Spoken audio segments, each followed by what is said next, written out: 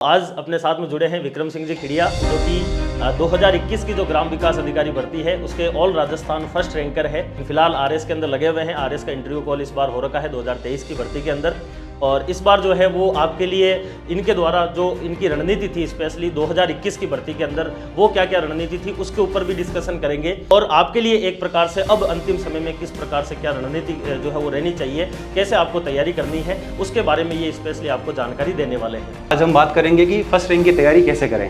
उसमें कुछ बदलाव हुआ है बिल्कुल सर। सिलेबस में इस बार 3 जो मेजर चेंजेस हुए हैं जी। नए सिलेबस में अब हम कौन कौन से जो सब्जेक्ट का पोर्शन है उसके अंदर ध्यान दे सकते हैं, तो अपनी अंतिम समय में क्या रणनीति होनी चाहिए कि किस प्रकार से आपको क्या रणनीति रखनी है, कैसे आपको फर्स्ट रैंक की तैयारी जो है वो करनी चाहिए। नमस्कार दोस्तों, एक बार फिर से आप सभी का क्वालिटी एजुकेशन पर हार्दिक स्वागत है। जैसा कि आप सभी को पता है, आने वाले समय के अंदर 31 अगस्त के दिन आपके वीडियो का एग्ज़ाम होने वाला है, और अभी नोटिफिकेशन जो है वो भी जारी कर दिया गया है। लगभग 850 पदों के ऊपर ये भर्ती होगी।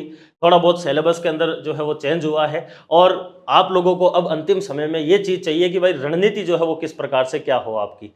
तो आज अपने साथ में जुड़े हैं विक्रम सिंह जी खिड़िया, जो कि 2021 की जो ग्राम विकास अधिकारी भर्ती है उसके ऑल राजस्थान फर्स्ट रैंकर है, और मैंने इनसे स्पेशली रिक्वेस्ट करी थी, उसके बाद में ये उपस्थित हुए हैं। काफ़ी लंबा समय इन्होंने गुजार दिया था कि मैं आ रहा हूँ, लेकिन फिलहाल आरएस के अंदर लगे हुए हैं। आरएस का इंटरव्यू कॉल इस बार हो रखा है 2023 की भर्ती के अंदर, और इस बार जो है वो आपके लिए इनके द्वारा जो इनकी रणनीति थी, स्पेशली 2021 की भर्ती के अंदर वो क्या क्या रणनीति थी उसके ऊपर भी डिस्कशन करेंगे, और साथ में जो आपके सिलेबस के अंदर चेंज हुआ है उसके ऊपर भी डिस्कशन करेंगे। और आपके लिए एक प्रकार से अब अंतिम समय में किस प्रकार से क्या रणनीति जो है वो रहनी चाहिए, कैसे आपको तैयारी करनी है, उसके बारे में ये स्पेशली आपको जानकारी देने वाले हैं। विक्रम सिंह जी जो है वो हमारे नागौर जिले से ही है, और हम एक ही पंचायत समिति के अंदर जो है वो कार्यरत थे। जब मैं वीडियो था उसके बाद में मैं एसआई के अंदर आ गया, और विक्रम सिंह जी जो है वो अभी वहाँ पर कार्यरत है फिलहाल, और आरएस 2023 के अंदर इंटरव्यू कॉल इनका हो रखा है। संभवतः हमारी तरफ से आपको शुभकामनाएं हैं कि बहुत जल्द आप एसडीएम तहसीलदार बनकर जो है वो वापस हमारे बीच उपस्थित हुए। तो अपन शुरू करते हैं अपने सेशन को, जिसके अंदर स्पेशली अपना जो मेन फोकस रहेगा वो रहेगा आपके लास्ट टाइम में क्या रणनीति हो। इसमें कुछ जो प्रश्न है वो मैं पहले बता देता हूं, जैसे कि विक्रम सिंह जी आपसे सबसे पहले बात करेंगे कि फर्स्ट रैंक के लिए इन्होंने किस प्रकार से तैयारी करी थी अपनी। उसके बाद में पुराने सिलेबस के अंदर क्या बदलाव हुआ है और नया वाला सिलेबस क्या है उसके ऊपर डिस्कशन करेंगे। फिर नए वाले सिलेबस के अंदर आपको कौन सी सब्जेक्ट के ऊपर फोकस करना है उसके बारे में बताएंगे, और सबसे लास्ट में प्रश्न रहेगा कि अब जो बचा हुआ आपके पास में टाइम पीरियड है, मुख्य रूप से जुलाई और अगस्त का और जून का जो ये 10 दिन के आसपास है, इस टाइम पीरियड में आपको 70 दिन के अंदर क्या क्या जो है वो करना चाहिए, किस प्रकार से अपनी रणनीति को रखना है। तो अपन यहां से अब अपने सेशन को शुरू करते हैं, और मैं विक्रम सिंह जी से निवेदन करूंगा कि यहां से आगे जो है वो इस सेशन को शुरुआत करें। नमस्कार दोस्तों, मेरा नाम विक्रम सिंह है। वीडियो एग्जाम 2021 के अंदर मैं सेलेक्टेड हूँ। आज हम बात करेंगे कि फर्स्ट रैंक की तैयारी कैसे करें, इसके अंदर अपने कौन कौन से एरियाज पे फोकस करना चाहिए और क्या नई चीज़ करनी चाहिए। तो 2021 के टाइम मैंने जो बेस था वो मेरी पहले से तैयारी हो रखी थी, क्योंकि उस टाइम आरएसबी का एग्जाम दिया था, तो मेजर पोर्शन जो इसके हैं वो उसी के अंदर कवर हो रखे थे। तो उसके बाद फिर इसमें अलग से क्या करना पड़ा, जैसे पिछली बार इसका पैटर्न थोड़ा अलग था। वीडियो एग्जाम 2021 के अंदर प्री हुआ था, उसके बाद मेंस हुआ था, और दोनों के अंदर अच्छा खासा टाइम मिल गया था। प्री दिसंबर के अंदर था, मेंस का एग्जाम था जुलाई के अंदर, तो इसमें सफिशिएंट टाइम था। आरएस का एग्जाम तब तक हो चुका था, मेंस का भी, तो 4 महीने का टाइम मेरे पास ऑलमोस्ट था उस टाइम। उन 4 महीनों के अंदर मैंने जो इसके अंदर कुछ स्टैटिक पोर्शन है जिन पे ज़्यादा फोकस कर सकते हैं और अच्छी एक्यूरेसी के साथ अच्छा स्कोर कर सकते हैं, उन पे फोकस किया था। उसके बाद जो ऐसे सब्जेक्ट है इसके अंदर कुछ जिनके अंदर आउटपुट ज़्यादा नहीं मिलेगा अपने को, पर हाँ उनके अंदर तैयारी करनी पड़ती है, तो उनको थोड़ा जो सिलेबस है केवल उसके अकॉर्डिंग ही तैयारी करी थी। तो फर्स्ट रैंक के लिए आपको वही करना पड़ेगा, जो पोर्शंस ज़्यादा स्कोरिंग है उन पे फोकस करो, और जिनमें अपने को लगता है कि हाँ या तो हमारी तैयारी कमज़ोर है या फिर जो टाइम कंज्यूमिंग ज़्यादा है, तो उनको हम उसके अकॉर्डिंग सेट करना पड़ेगा कि टाइमिंग उनको कितनी देनी है। आगे वाले टाइम के अंदर इतना समय बचा नहीं है, अब 31 अगस्त को एग्जाम होना है, तो उसके अकॉर्डिंग हमें उसको देखना पड़ेगा।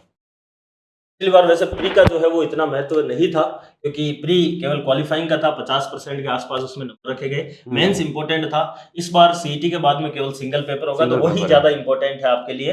तो फर्स्ट रैंक की सीधी सी बात यही है कि भाई आपको मेन तो सिलेबस के अकॉर्डिंग चलना है, और जो स्कोरिंग सब्जेक्ट के ऊपर उसके ऊपर फोकस करना है। एक बार आपके नंबर कितने थे उसके बारे में भी बता दीजिए, ताकि बच्चों को एक टारगेट सेट हो जाए कि भाई हमें इतने टारगेट रखना है दोस्तों। बिल्कुल सर। पिछली बार जो मेंस एग्जाम था वीडियो का, वो ऐसे बोलते हैं कि थोड़ा टफ था, क्योंकि उस टाइम सिलेबस में काफी बदलाव किया गया था। लोगों ने जो नया सिलेबस ऐड किया उस पर ज्यादा फोकस किया था, और जो कोर सिलेबस है उसकी तैयारी पहले से हो रखी थी, तो ज्यादा कर नहीं पाए थे। तो वीडियो की कट ऑफ भी पिछली बार बहुत कम रही थी, बहुत कम। और मेरे उसके अंदर 200 में से 160 मार्क्स थे। वैसे 160 मार्क्स बहुत ज्यादा नहीं है, पर इसके अंदर फर्स्ट रैंक आ गई थी उस टाइम। पेपर का लेवल बिल्कुल, ऐसा था पेपर कि का उसमें 160 के आसपास ही मतलब फर्स्ट रैंक अगर आ रही है तो आप देख सकते हैं, क्योंकि पटवार के अंदर 300 में से 200 बेहतर नंबर आए थे, तो वो उस हिसाब से आप देख सकते हैं कट ऑफ लगभग 130 नंबर के आसपास गई थी। वो भी हाँ, जनरल की जनरल और ओबीसी की लगभग कट 128 ऐसी कुछ थी। फाइनल कट ऑफ इतनी रही थी। फाइनल कट ऑफ इतनी रही थी। तो इस बार मेरे हिसाब से टारगेट 150 प्लस का अगर आप लेते हैं, बाकी पेपर का लेवल है कि पेपर कैसा आता है, लेकिन 150 का आप मिनिमम 200 में से टारगेट रखते हो तो आपका सिलेक्शन जो है वो श्योर है, आराम से लगभग सिलेक्शन आपका हो जाएगा। ये तो आपके पहला प्रश्न था कि भाई फर्स्ट रैंक जो है उसकी तैयारी कैसे की है और कैसे क्या करनी चाहिए। अगला प्रश्न जो है वो रहेगा सिलेबस में कुछ बदलाव हुआ है इस बार? बिल्कुल सर, सिलेबस में इस बार 3 जो मेजर चेंजेस हुए हैं। जैसे मैथ का देख के अपने, तो पिछली बार मैथ के 32 क्वेश्चंस आए थे और ये 40 मार्क्स के थे, यही है। और अब की बार आने हैं नया सिलेबस जो है, अब की बार इसमें 10 नंबर जो है वो कम कर दिए, 10 नंबर मैथ के कम कर दिए हैं, और क्वेश्चंस भी इसके अंदर शायद 24 आ जाएंगे, 24 क्वेश्चन आएंगे। तो जो नॉन मैथ बैकग्राउंड से है उनके लिए इस बार फायदा है, क्योंकि जो मैथ का 10 नंबर का पोर्शन कम हुआ है वो कंप्यूटर में ऐड कर दिया गया है। तो दूसरी बात अपने कर लेते हैं जो सेकंड चेंज इस बार हुआ है। पहला मैथ का हुआ है जिसमें आपके 40 से 30 कर दिया गया है। एक चेंज आपके कंप्यूटर जो है वो इस बार नया ऐड हुआ है, जो पिछली बार पटवारी में तो थी, लेकिन इस बार इसमें भी इसको डाल दिया गया है, और 10 अंकों की जो है वो कंप्यूटर ऐड हुई है। बिल्कुल सर, तो 10 मार्क्स की बार कंप्यूटर ऐड हुई है, जिसके शायद 8 क्वेश्चन आने हैं, उसके आएंगे 8 क्वेश्चन कंप्यूटर के आने हैं। कंप्यूटर पे आपको बिल्कुल ऐसे पूरा टाइम कंप्यूटर को डेडिकेट नहीं करना है। जो भी मार्केट के अंदर नोट्स अवेलेबल हैं, या फिर जो प्रीवियस क्वेश्चंस हैं, जैसे पटवारी के अंदर आते रहे हैं, कुछ और छोटे एग्जाम जिनके अंदर आती रहती है कंप्यूटर, पटवारी के 4 शिफ्ट पिछली बार हुए थे, तो वहां से देख सकते हैं। इस बार जो पटवारी का एग्जाम पहले होना है उसके अंदर अपने देख सकते हैं, वो देख सकते हैं। तो उसके अंदर कंप्यूटर के प्रीवियस क्वेश्चन जो भी है, प्रीवियस ईयर के जितने भी है वो कर सकते हैं। कोई अगर जो कम नोट्स प्रोवाइड करवा रहा है कोचिंग, खुद के नोट्स बना रखे हैं आपने, तो अपने को उस पर फोकस करना है। तो सेकंड चेंज ये हो गया। एक चेंज हुआ है जिसमें इंडिया हिस्ट्री वाला जो एक लाइन थी उसको उन्होंने हटा दिया है, वो बढ़िया चेंज हो गया, क्योंकि इंडिया हिस्ट्री का जो पोर्शन पिछली बार था वो कहने में के अंदर 1 या 2 लाइन थी, पर उसके लिए जो सिलेबस पढ़ना पड़ता था वो बहुत ज्यादा कवर करना पड़ता था, और उसका शायद 4 या 5 क्वेश्चन ज्यादा उसके आते भी नहीं थे। और उसको क्लियरली वैसे लिखा हुआ भी नहीं था सिलेबस में, क्लियरली डिफाइंड था नहीं वो तरीके से। आपको फिर एंशिएंट, मिडाइवल और मॉडर्न तीनों की तीनों पढ़नी पड़ती थी। और जो उसके अंदर नेशनल मूवमेंट वगैरह ऐड था, उसके अंदर फैक्चुअल क्वेश्चन बहुत ज्यादा बन सकते हैं सर।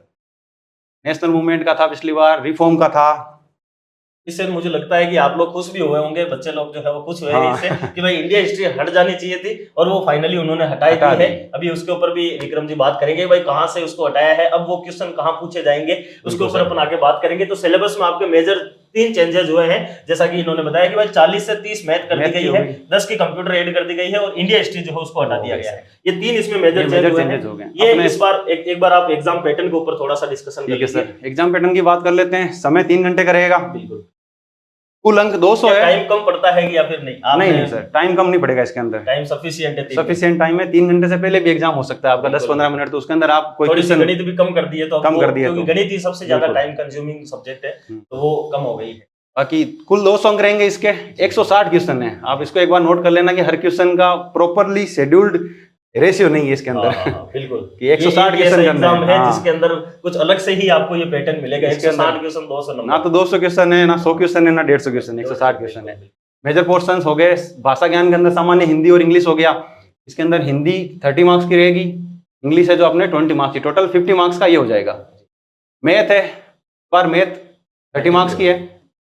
सामान्य ज्ञान हो गया, इसके 20 मार्क्स हैं। 20 मार्क्स में सामान्य ज्ञान के अंदर साइंस रहेगी 10 की, 10 की करंट, और 10 की रह जाएगी करंट।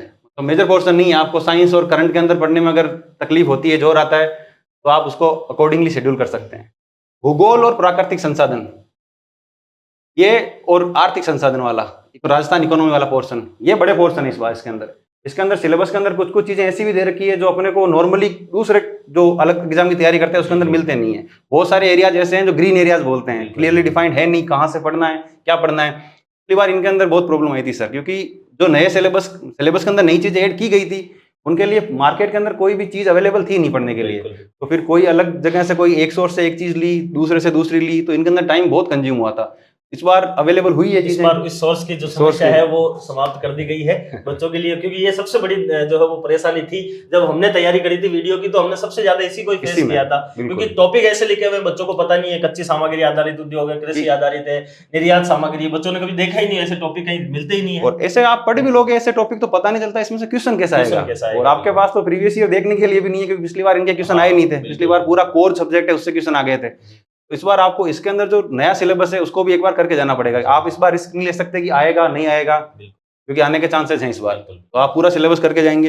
राजस्थान का इतिहास और संस्कृति, इसके अंदर इस बार इंडिया जीके था उसको हटा दिया गया है, केवल राजस्थान रह गया है। इसके अंदर फायदा हो गया, क्योंकि एक तो राजस्थान के जो स्टूडेंट हैं उनकी राजस्थान का ये पोर्शन अच्छा खासा पहले से तैयार होता है, और ज्यादा मेहनत इंडिया में ना करके राजस्थान में करेंगे तो इसमें अच्छा स्कोर हो सकता है, अच्छी एक्यूरेसी मिल सकती है। उसके बाद जो नया सिलेबस ऐड हुआ है बेसिक कंप्यूटर का, बस 10 मार्क्स का है, 8 क्वेश्चन है, पर इनको इग्नोर नहीं करना है सर, क्योंकि 8 में से अगर 4-5 भी क्वेश्चन बैठते हैं तो ये बहुत अच्छा हो जाएगा। क्योंकि पहले जो मैथ के स्टूडेंट थे, ये सब मैथ में ऐड था तो उसके अंदर अच्छी एक्यूरेसी ला सकते थे, तो उनको इस बार कंप्यूटर पर फोकस करना पड़ेगा। और जो नॉन मैथ से हैं उनको भी इस पर करना ही पड़ेगा। तो ये तो इस बार हो गया अपना कैसा इसका रहने वाला है। 1/3 इसमें जैसे नेगेटिव मार्किंग भी है। बिल्कुल सर, सारे एग्जाम की तरह 1/3 नेगेटिव मार्किंग है।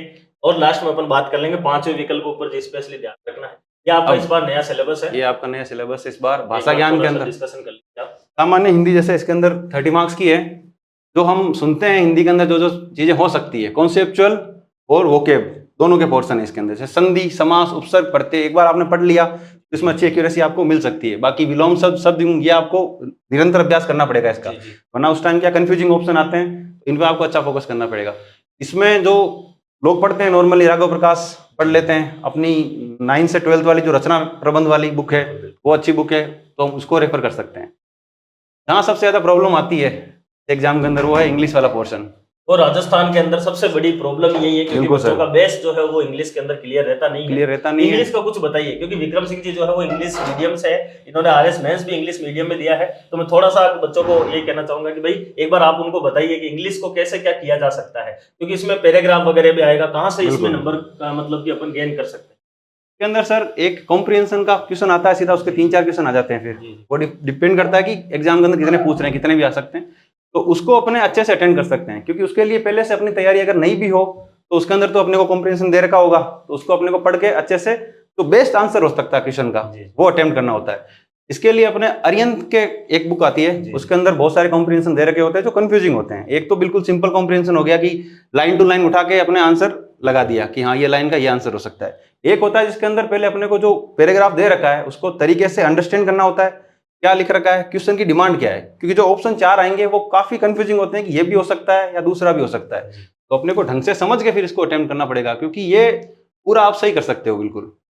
ये वाला जो पोर्शन है इसके अंदर कॉम्प्रिहेंशन वाला वो थोड़ा सा जैसे वो सेंटेंस करेक्शन वाला आता है, हाँ। उसको चाहे तो आप लोग स्किप कर सकते हैं, क्योंकि उसके लिए पूरी की पूरी ग्रामर पढ़नी पड़ती है, काफी ग्रामर पढ़नी पड़ेगी। पर जिनकी थोड़ी अच्छी है इंग्लिश तो उनको तो ये छोड़ना नहीं चाहिए। बाकी फिर भी आपको इंग्लिश के अंदर अटेम्प्ट करना चाहिए, क्योंकि ज्यादा टाइम कंज्यूमिंग है नहीं। अगर आप अभी स्टार्ट करोगे तो भी एक दिन का एक टॉपिक भी हो तो कुछ क्वेश्चन बहुत ईजी आएंगे, तो वो आपके इजीली इसमें 100% एक्यूरेसी अचीव कर सकते हैं अपने। उसमें कुछ ज्यादा कंफ्यूजिंग हो कि समझ ही नहीं आ रहा कुछ, तो वो छोड़ने में ही फायदा है, क्योंकि इंग्लिश से क्वेश्चन आएंगे वो थोड़े कंफ्यूजिंग आएंगे, तो उसमें नेगेटिव मार्किंग से बचना ही सबसे बड़ी प्रायोरिटी रहनी चाहिए इसके अंदर।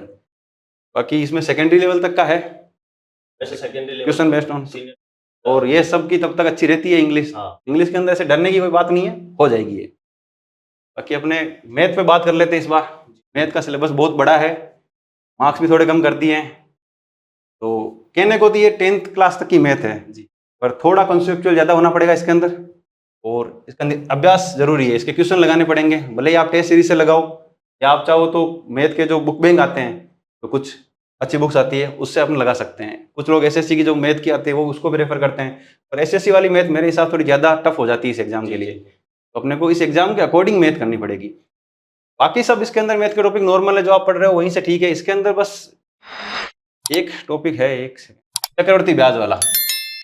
इसके अंदर अपन नॉर्मली जो पढ़ते हैं फॉर्मूला से जो आंसर निकलता है, उसके अलावा किस्तों वाले क्वेश्चन आते हैं इसके अंदर। पिछली बार भी ऐसे आया था, 1-2 क्वेश्चन आए थे, तो उसकी अपने को अलग से प्रैक्टिस करनी पड़ेगी। इसमें अलग से लिखा नहीं है कि हाँ ऐसा कुछ करना है, ये यहाँ पे किस्तों में भुगतान जो है वो इसी का पार्ट है।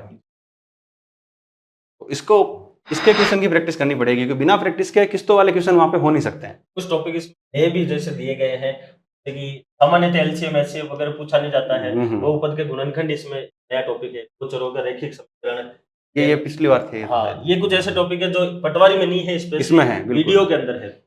वीडियो के अंदर क्या पूरा मैथ का पोर्शन आ जाता है ना सर, इसके अंदर रीजनिंग वाला भी आ जाता है, तो इसमें हाँ। प्रॉपर मैथ की प्रैक्टिस बहुत जरूरी है।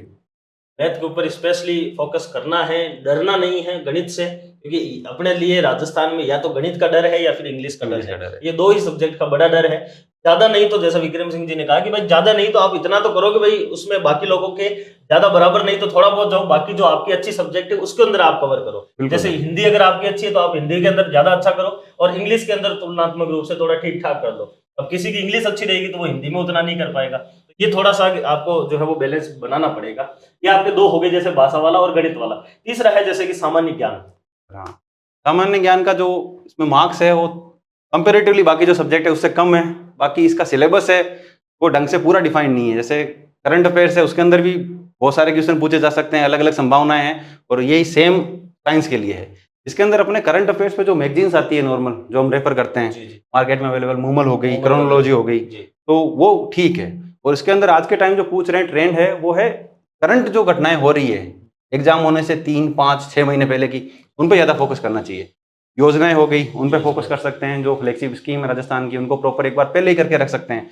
जो इवेंट बड़े हो रहे हैं आसपास के अंदर उस पर फोकस करके ये कुल मिला के 3-4 महीने का बहुत है। मतलब पिछले मैक्सिमम अगर करना चाहो 6 महीने तक 6 महीने का करंट कर लो, इससे ज्यादा आवश्यकता भी नहीं है। साइंस में थोड़ा सा टेक्नोलॉजी वाला पोर्शन बिल्कुल ऐड कर रखा है, बिल्कुल। यहाँ से डायरेक्ट क्वेश्चन आते हैं। यहाँ से पिछली बार भी सर यहीं से आए थे। साइंस के जो पिछली बार क्वेश्चन थे, जो बेसिक साइंस को छोड़ के जो टेक्नोलॉजी के करंट अफेयर से रिलेटेड क्वेश्चन थे ना, उन पे ज्यादा फोकस था।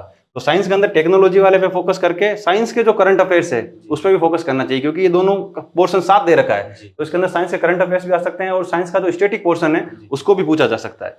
और साइंस का सिलेबस भी थोड़ा विविड है, और उसके लिए फिर भी हम कर सकते हैं प्रयास साइंस के लिए। अगला है भूगोल और प्राकृतिक संसाधन है, इसमें तीनों ही ज्योग्राफी दे रखी है, वर्ल्ड की भी है, इंडिया की भी है, राजस्थान की भी है, क्योंकि राजस्थान वाली थोड़ी बड़ी है इसमें। क्योंकि इनमें तो जैसे अब वर्ल्ड ज्योग्राफी का क्या किया जाए, थोड़ा सा इस बारे में बताइए कि सिंगल लाइन लिखी हुई है, प्रश्न कहाँ से आएंगे, कैसे कर सकते हैं? इसके तो सर जो मार्केट में अवेलेबल नोट्स है ना वर्ल्ड ज्योग्राफी के, उसके अंदर ये सब, जैसे RS-प्री के अंदर भी इस तरह पोर्शन आता है, तो वहां से जो नोट्स रेफर करते हैं वो ले सकते हैं। क्योंकि नदियां, पहाड़, महाद्वीप, इनके अंदर कौन सी चोटी सबसे बड़ी है, कौन से महाद्वीप की, वो क्वेश्चन कौन सी कहाँ पे स्थित है, इस टाइप के क्वेश्चन आ सकते हैं।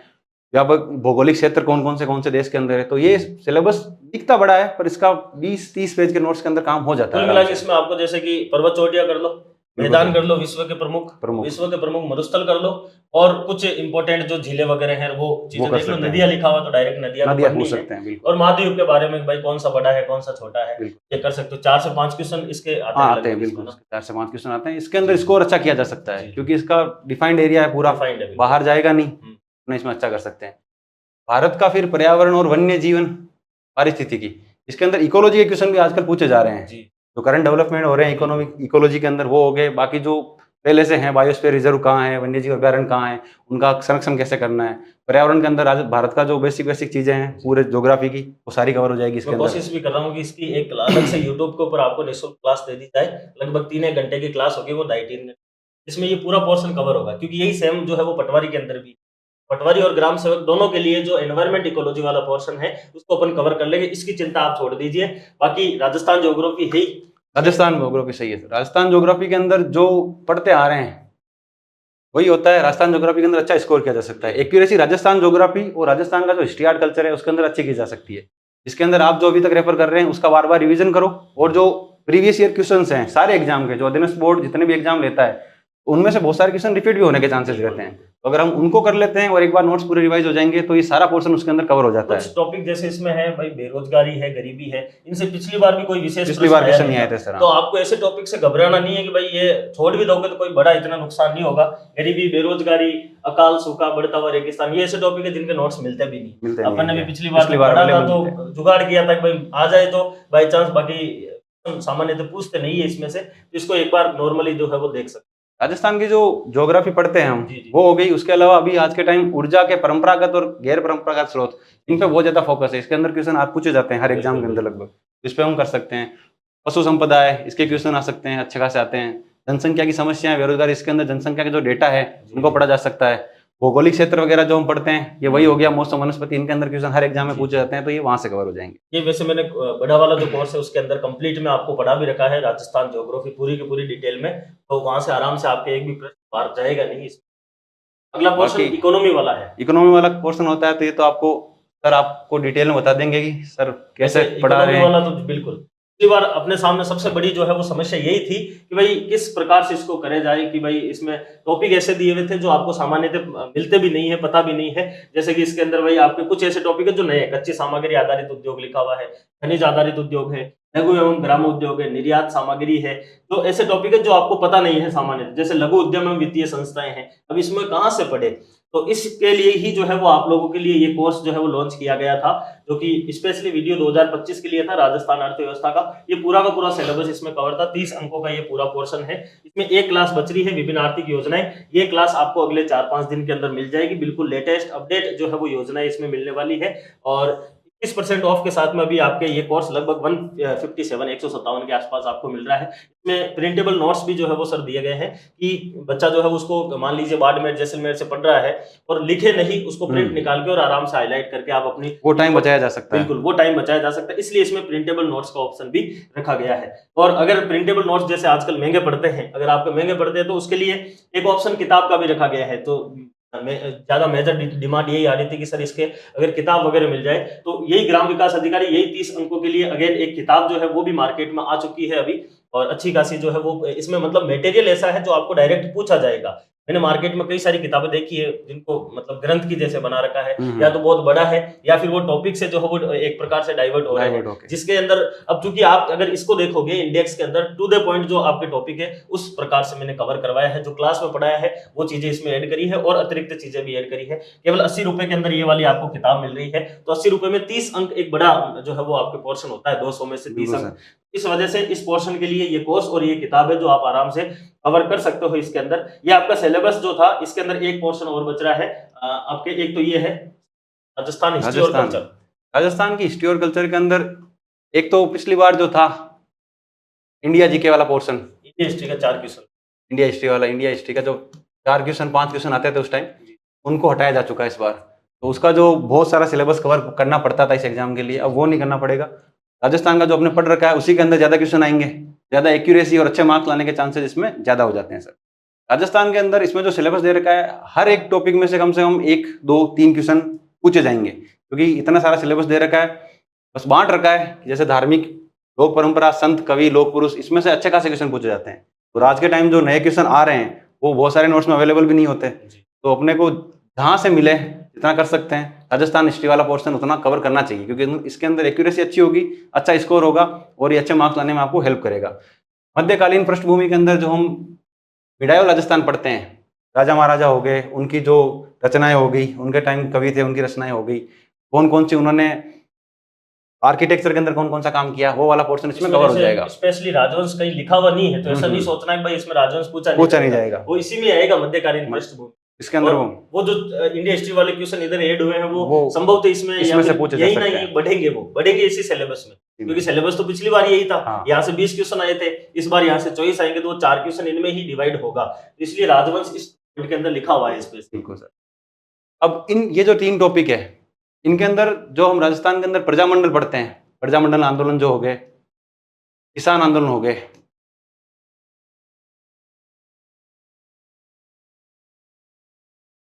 और जो ट्राइबल मूवमेंट हुए थे, वो सब इनके अंदर कवर हो जाएंगी। उस टाइम कौन कौन सी व्यवस्थाएं थी, कौन कौन से आंदोलन किस लिए हुए थे, वो इन तीनों के अंदर, राजनीतिक जागृति के अंदर राजस्थान के किन किन महान व्यक्तित्व ने क्या क्या काम किए थे, वो सारे इसके अंदर कवर हो जाएगा। बोलियां और साहित्य जो नॉर्मल पढ़ते हैं अपने, वो हो जाएगा। साहित्य के अंदर रचनाएं हो जाएगी, बोलियों के अंदर जो बोलियां होती है वो वाला पोर्शन इसके अंदर। संगीत, नृत्य, नाटक, इन तीनों पोर्शन से अच्छे खासे क्वेश्चन पूछे जाते हैं। लोक परंपरा, लय देवता हो ही गए। हस्तकला के अंदर अच्छे खासे क्वेश्चन पूछे जा रहे हैं सर आजकल। हस्तकला, वैसे ये जो पोर्शन है ये आपके इसमें भी लिखा हुआ है, हस्तकला उसमें भी है और राजस्थानी हस्तकला इस इकोनॉमी में भी है। तो ये मैंने हस्तकला यहाँ पर इस किताब में भी डिटेल में दे रखा है, कोर्स में भी मैंने पूरा, करवाया। तो ये वाली तो मैं बच्चों को बार बार बोल रहा हूँ कि इसकी चिंता तो है नहीं, ये वाला वहां क्योंकि से एक ही कवर हो टॉपिक जाएगा। 2 जगह पर रिपीट हो रखा है, लेकिन इसलिए ये तय है कि भाई एक क्वेश्चन इस यहाँ से पूछेंगे, एक क्वेश्चन यहाँ वहां से से आएंगे तो हस्तकला से मिनिमम 2 क्वेश्चन तो पूछे जाएंगे आराम से। यहाँ पे जो हस्तकला है वो कौन कौन सी हस्तकला अपने यहाँ चलती है उससे आ जाएगा। जी। वहां पे जो आ रहा है आज के टाइम हस्तकला को प्रमोट करने के लिए क्या काम किया जा रहा है, GI टैग इकोनॉमी के वगैरह। अंदर उनका क्या योगदान हो रहा है, वो वाला पोर्शन वहां से हो जाएगा। बाकी मेले त्योहार रीति रिवाज पोशाक आभूषण ये बहुत बड़ा सिलेबस है, और इससे लगभग आभूषण से मैंने तो हर एग्जाम के अंदर एक दो क्वेश्चन तो आते ही आते हैं इसके। बाकी आज के टाइम रीति रिवाज का पोर्शन भी बहुत ज्यादा कवर हो रहा है, RS प्री के अंदर एग्जाम में आता है इसका, सारे एग्जाम इसका आ ही रहा है। तो यहाँ से आपकी राजस्थान संस्कृति और इतिहास वाला पोर्शन कवर हो जाएगा पूरा। कल्चर का है एक नया जो portion नया है टॉपिक वो। बिल्कुल सर, कंप्यूटर वाला पोर्शन है, इसके अंदर बेसिक चीजें दे रखी है सारी की सारी कंप्यूटर के अंदर। अगर हम डिटेल के अंदर पढ़ने जाएंगे तो कंप्यूटर का ये सिलेबस बहुत ज्यादा टाइम ले लेगा। इसका तो सबसे बेस्ट ऑप्शन यही है कि अवेलेबल जो नोट्स हैं जो सब जगह अभी चल रहे हैं वो कर सकते हैं। इसके अलावा प्रीवियस ईयर के क्वेश्चन, और पटवारी का एग्जाम इससे पहले होगा तो उसके अंदर कौन कौन से क्वेश्चन आ रहे हैं, कहाँ से आ रहे हैं, तो उनको हम देख के उसके अकॉर्डिंग इसकी तैयारी कर सकते हैं। सिलेबस वैसे ये पूरा का पूरा पटवारी का ही है, पटवारी का जैसे syllabus इसको है, भी बिल्कुल। किया गया है वहां से यहाँ पर, और कुछ चेंजेस नहीं है। वहां पर जो है वो 5 क्वेश्चन 10 नंबर के हैं शायद, हाँ। और यहाँ पर 8 क्वेश्चन 10 नंबर के ऐसे कुछ है, तो वहां पर भी वेटेज कम है। यहाँ पर भी वेटेज जो है वो लगभग इसका 8 क्वेश्चन 10 नंबर के आएंगे। सिलेबस वो का वही रखा गया है, सिलेबस बट इसके अंदर अपने कांस्टेबल इसमें पटवारी के अंदर जो है वो एज इट रखा गया है। ये आपके नया वाला जो है वो सिलेबस था कि भाई किस चीजों को हटाया है, किसको जोड़ा है। नए सिलेबस के अंदर स्पेशली किस चीज के ऊपर ध्यान दे सकते हैं, इसके बारे में नए सिलेबस में अब हम कौन कौन से जो सब्जेक्ट का पोर्शन है उसके अंदर ध्यान दे सकते हैं उस पर बात कर लेते हैं। तो मैंने जो पिछली बार किया था, क्योंकि मैथ मेरी थोड़ी ठीक है, तो मैथ वाला पोर्शन मेरा काफ़ी अच्छा हो गया था। पिछली बार जो मैथ के क्वेश्चन थे 32 क्वेश्चन थे, ऑलमोस्ट मेरे 31 सही थे इसके अंदर। तो जो इसकी एक्यूरेसी जो मैथ की आई थी उससे मार्क्स में काफ़ी इजाफा हुआ था। तो आपको भी है ना जो मेजर पोर्शन है जिस पर फोकस करना चाहिए वो मैथ वाला ठीक रहेगा आपके लिए। मैथ के जो 30 मार्क का पोर्शन है इस पर फोकस कर सकते हैं। इसके जो टेस्ट हैं वो लगाए जा सकते हैं मैथ के, और जो प्रीवियस ईयर क्वेश्चन है उनको देखा जा सकता है। बाकी दूसरा पोर्शन जो मुझे लगता है वो होता है लैंग्वेज वाला। ये सबसे बड़ा पोर्शन है, 50 मार्क्स का पोर्शन है जिसके अंदर हिंदी और इंग्लिश दोनों इंक्लूडेड है।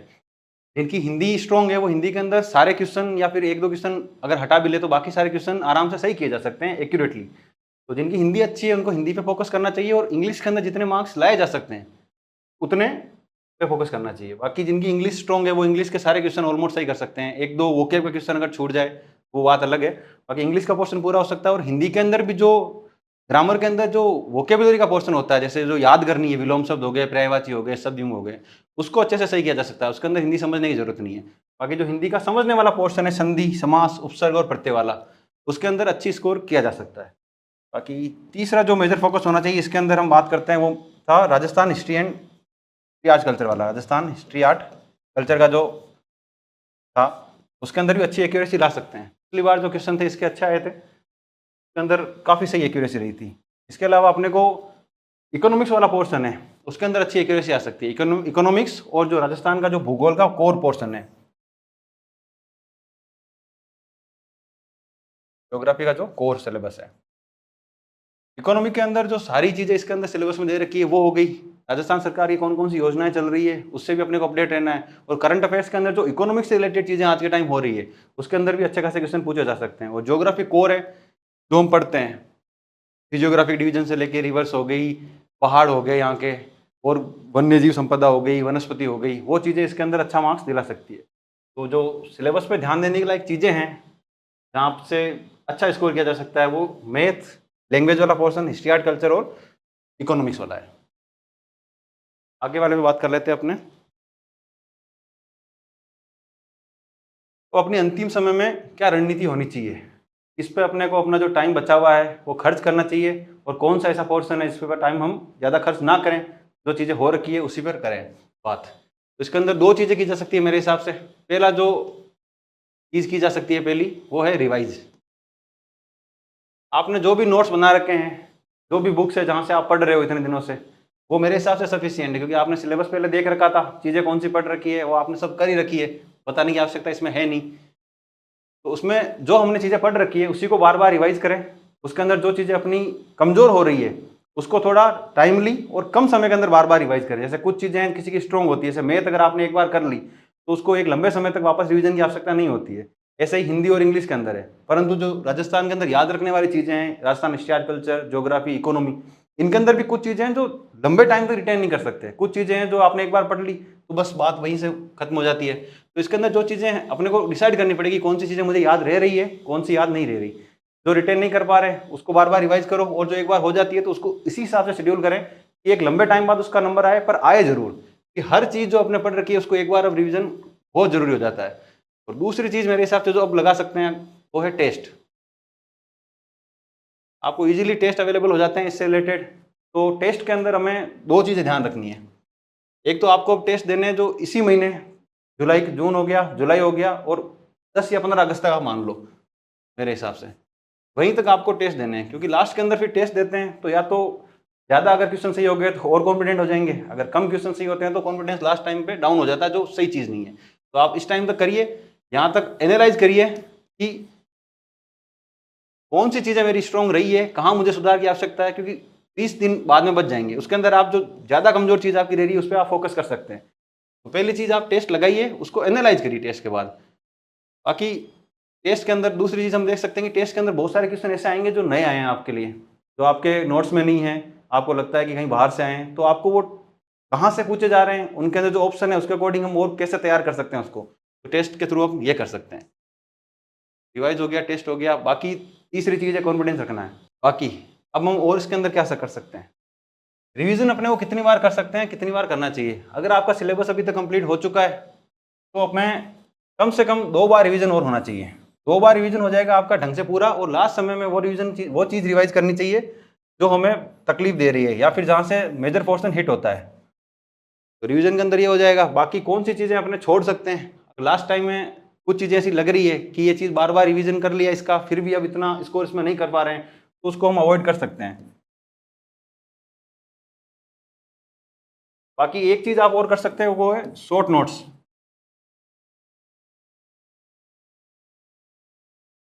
जनरल नॉलेज के अंदर जो सब्जेक्ट हैं जिनके अंदर बहुत सारे डेटा आ रखे हैं, इकोनॉमिक्स के अंदर आप मान लीजिए जीडीपी, एसडीपी रिलेटेड डेटा हो गए, योजना कब शुरू हुई है, योजना के प्रावधान क्या हैं, उनको आप शॉर्ट नोट्स तैयार करके उनको रख सकते हो। ज्योग्राफी के अंदर कुछ कुछ चीज़ें हैं जिनके शॉर्ट नोट्स बनाए जा सकते हैं, और उनको जो रिटेन नहीं हो रही है, हमें अभी आज के टाइम याद नहीं हो रही है, उनके भी नोट्स बनाए जा सकते हैं। मैथ के अंदर बहुत सारे फॉर्मूला जैसे हैं जो आप एक बार लिख के रख लो, केवल फॉर्मूला भी अगर आपको लास्ट तक याद रहते हैं तो उनमें अंदर वैल्यू पुट करके उसके आंसर निकाला जा सकते हैं, वो कर सकते हैं। इंग्लिश के अंदर अपने को जो कुछ टॉपिक हैं इंग्लिश के ग्रामर के, उनके भी शॉर्ट नोट्स बन सकते हैं। जैसे प्रेपोजिशन वाला पोर्शन होता है एक, उसके अंदर कौन से वर्ड के आगे कौन सा प्रेपोजिशन लगना है, उसका लगभग बुक्स के अंदर पहले से डेटा प्रोवाइड किया होता है, तो एक बार उसको ढंग से रिवाइज कर लें तो वो वाला क्वेश्चन भी सही हो सकता है। बाकी इसके अंदर लैंग्वेज के अंदर हिंदी है, हिंदी के अंदर जो संधि है उसके अंदर स्वर संधि के अंदर जो अलग अलग ट्रिक्स आती है, तीनों 5 जो पोर्शन है उसके, उनके अंदर कौन से क्या बनती है, केवल उसको अगर एक पेज के अंदर लिख लें तो वहाँ से वो चीज़ें आराम से आपके हो जाएगी। तो शॉर्ट नोट्स अगर आपके पास समय है तो ही आप बनाएं। और शॉर्ट नोट्स के लिए ऐसा नहीं कि पूरे दिन बैठ के आप बस शॉर्ट नोट्स बना रहे हैं आज के दिन। जैसे जैसे आप पढ़ रहे हो एक पेज आपके पास रखो, रिवीजन कर रहे हो, तब आपको लगता है कि इसके शॉर्ट नोट्स अभी तैयार हो सकते हैं तो तैयार कर लीजिए। वरना अगर आपको लगता है कि नहीं मेरा टाइम ज़्यादा खराब होगा, शॉर्ट नोट्स में से नहीं बन सकते, मैं पूरा जो सिलेबस है मेरा मैं ढंग से रिवाइज करके जा सकता हूँ, उसकी जरूरत नहीं है, तो फिर कोई बात नहीं, आप इसको अवॉइड कर सकते हैं। तो यही है, लास्ट टाइम आप जितना कर सको, जितनी बार रिवाइज कर सको वो कीजिए, कॉन्फिडेंस रखिए, एग्जाम है चल जाएगा। बाकी आगे की जो चीज़ें हैं वो सर आपको थोड़ा बता देंगे।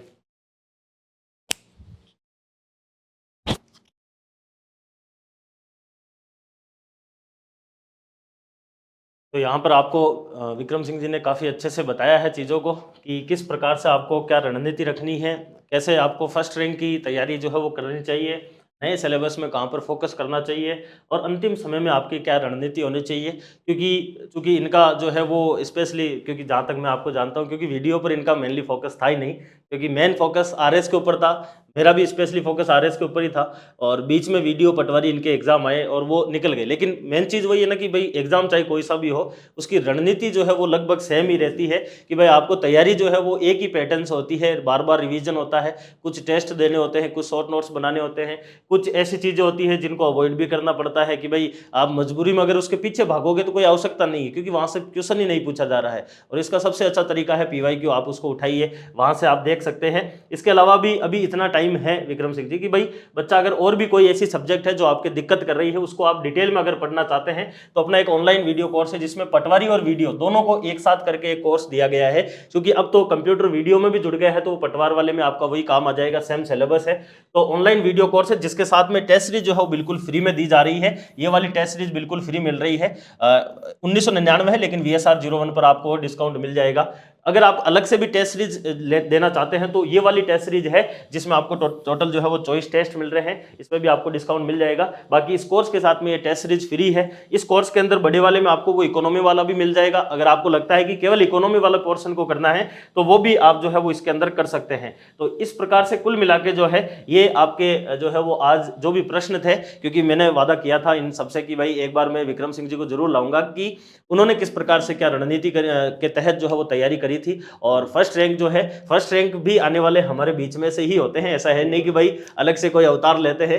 तो वो लाना आपके लिए भी कोई मुश्किल नहीं है, जैसा इन्होंने बताया है उस प्रकार से आप अपने जो है वो तैयारी को थोड़ा बहुत करना है अच्छे से, कुछ कुछ चीज़ें एड ऑन करना है। मुझे लगता है कि भाई आपको कुछ ना कुछ तो सीखने को मिला ही होगा इस सेशन से, ज़्यादा कुछ नहीं तो। बाकी अगर आपके कोई प्रश्न हो तो कमेंट में जरूर जो है वो लिखना है आपको, और आपकी प्रतिक्रिया कैसी है वो कमेंट में जरूर लिखना है। अगर आपके कोई बड़े प्रश्न रहे, ज़्यादा प्रश्न रहे, तो एक बार मैं वापस रिक्वेस्ट करके विक्रम सिंह जी को बुला लूंगा कि भाई इन चीज़ों के ऊपर बच्चों के प्रश्न हैं। फिलहाल ये जो अपना सेशन है इसको अपन यहीं एंड करते हैं। आपकी जो भी प्रतिक्रिया है वो कमेंट में जरूर लिखना है। फिलहाल आप लोगों को आने वाले समय के अंदर 31 अगस्त के दिन आपका वीडियो का एग्जाम है, तो आप सभी को उसके लिए शुभकामनाएं हैं। अपनी तैयारी अच्छे से करते रहिए, बाकी अपन यूट्यूब के ऊपर और मिलते रहेंगे। एक बार फिर से विक्रम सिंह जी का बहुत बहुत धन्यवाद कि आपने अपना समय निकालकर हम लोगों के बीच में जो है वो ये समय दिया और बच्चों को गाइडेंस प्राप्त करवाई। धन्यवाद, take care, all the best.